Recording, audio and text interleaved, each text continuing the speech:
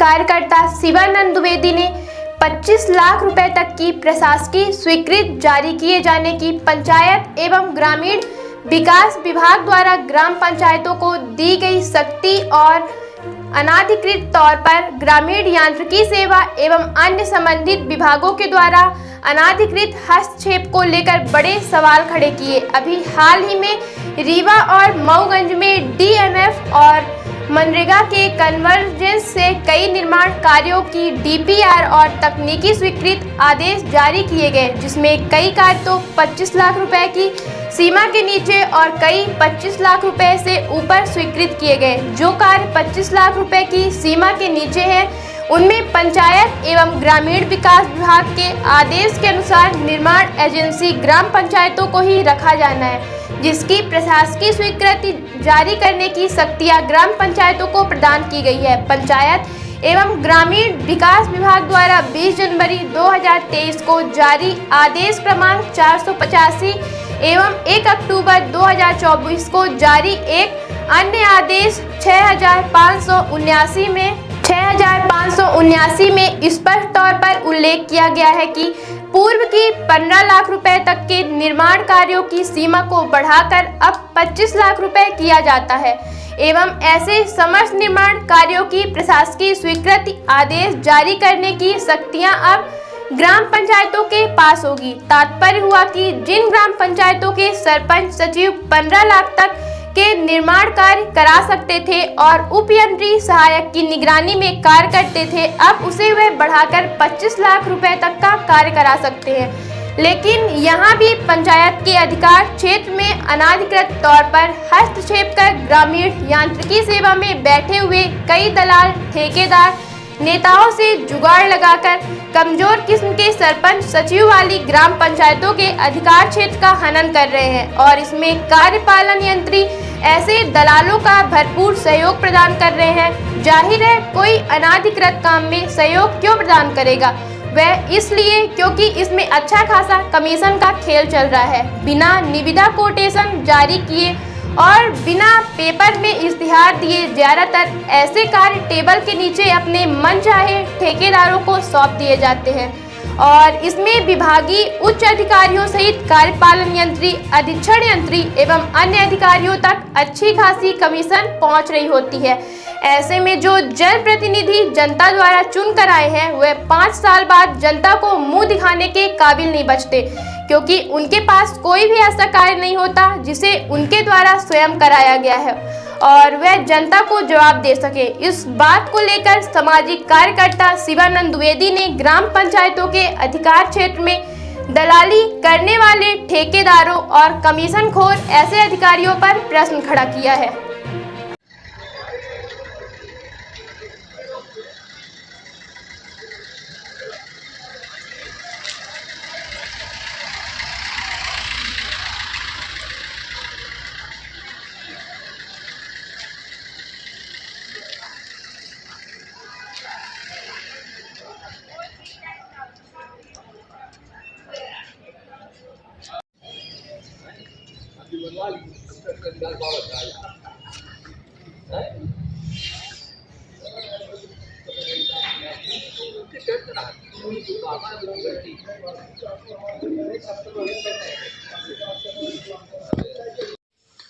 देखिए, पंचायत एवं ग्रामीण विकास विभाग के 2 सर्कुलर जारी हुए थे जो वर्तमान सरकार ने जारी किए थे। एक तो सर्कुलर क्रमांक है 485 आदेश क्रमांक दिनांक 20 जनवरी 2023 और दूसरा है 6579 समथिंग करके है जो 1 अक्टूबर 2024 का सर्कुलर है। ये दोनों सर्कुलर पंचायत एवं ग्रामीण विकास विभाग पीआरडी के द्वारा ये जारी किए गए हैं, भोपाल मध्य प्रदेश शासन के द्वारा। और इसमें जो प्रशासकीय स्वीकृति है आदेश, वो ग्राम पंचायतों को जो कार्य करने की शक्तियाँ जो प्रदान की गई हैं कि कितने राशि तक के वो काम कर सकते हैं, कितने राशि तक की वो प्रशासकीय स्वीकृति जारी कर सकते हैं, उसमें 25 लाख तक के कार्यों की स्वीकृति जारी करने की उनके पास शक्तियाँ दे दी गई हैं।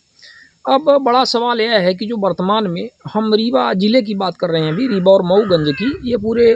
बदस्तूर पूरे मध्य प्रदेश में इस तरह से चल रहा है, जो प्रक्रिया चल रही है। तो जो ग्राम पंचायतों की शक्तियाँ जो बढ़ाई गई हैं उस पर ग्रामीण विकास विभाग के द्वारा और कुछ दलाल किस्म के ठेकेदारों के द्वारा जो विभिन्न प्रकार के फैले हुए हैं, जो अपनी ठेकेदारी चला रहे हैं, कार्यपालन यंत्रियों, अधीक्षण यंत्रियों या बड़े इस तरह से अधिकारियों से मिल कर के जो दलाली करते हैं, उनके द्वारा ये जो सरपंचों की या निर्माण एजेंसी जिसे कहते हैं सरपंच सचिव, उनकी 25 लाख तक की जो प्रशासकीय स्वीकृत की जो क्षमता है, जो उनकी सीमा है, उसका हनन किया जा रहा है। और ऐसे कार्यों को भी जो 25 लाख की सीमा के नीचे हैं, उन कार्यों को भी ऐसे ठेकेदारों को दिया जा रहा है अपनी सेटिंग बना करके, और उसमें अच्छी खासी कमीशन खोरी चल रही है। रीवा जिले की बात करें और मऊगंज की, तो संभाग क्रमांक 1 जो ग्रामीण यांत्रिकी सेवा है, संभाग क्रमांक 2 जो ग्रामीण यांत्रिकी सेवा है, इसके जो मुख्य कार्यपालन अधिकारी हैं, क्रमांक 1 में टीपी गुरदवान तीरथ प्रसाद गुरदवान और क्रमांक 2 में एसबी रावत करके हैं। ये लोग क्या कर रहे हैं कि ये ठेकेदारों से अपना जुगाड़ सेटलमेंट करके उनसे कमीशन लेकर के ये करोड़ों की राशि को इसी तरह से ठेकेदारों को दे रहे हैं, जबकि इनका कोई अधिकार नहीं है। जैसे सुदूर सड़क ज़्यादातर बन रही हैं, पीसीसी सड़क या सुदूर सड़क बन रही हैं, पंचायत भवन बन रहे हैं, या इस तरह से अन्य चीज़ें बन रही हैं, भवन बन रहे हैं, भवन निर्माण हो रहे हैं, सभी में ये पंचायती सीमा का हस्तक्षेप कर रहे हैं। आखिर इनकी क्या आवश्यकता है उसमें? भाई 25 लाख के ऊपर के काम है तो आप तो स्वाभाविक तौर पर विभागीय ग्रामीण यांत्रिकी सेवा के कार्य हैं, उसमें आप अपना गुणा भाग करिए, उसमें आप जो भी है उसमें गुणा भाग मत करिए। मतलब ये है कि वो भी नियमानुसार करिए, निविदा जारी करके जिसका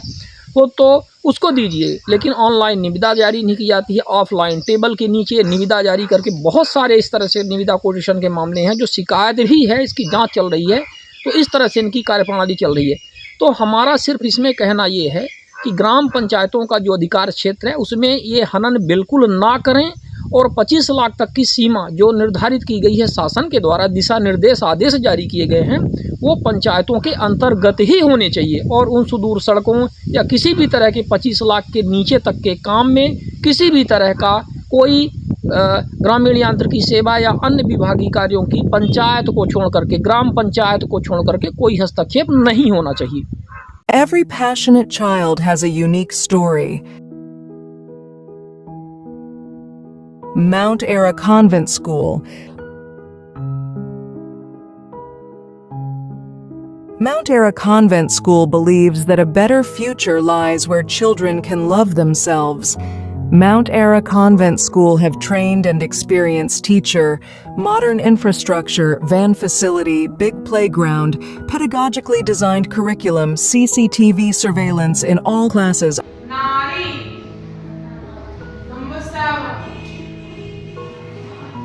Classes are available from nursery to 8th in English medium. हमारा पता है mount era convent school, SF ground के पास, वार्ड क्रमांक 44, होमगार्ड ऑफिस के सामने। हमारा नंबर है 99 073 17 81 7।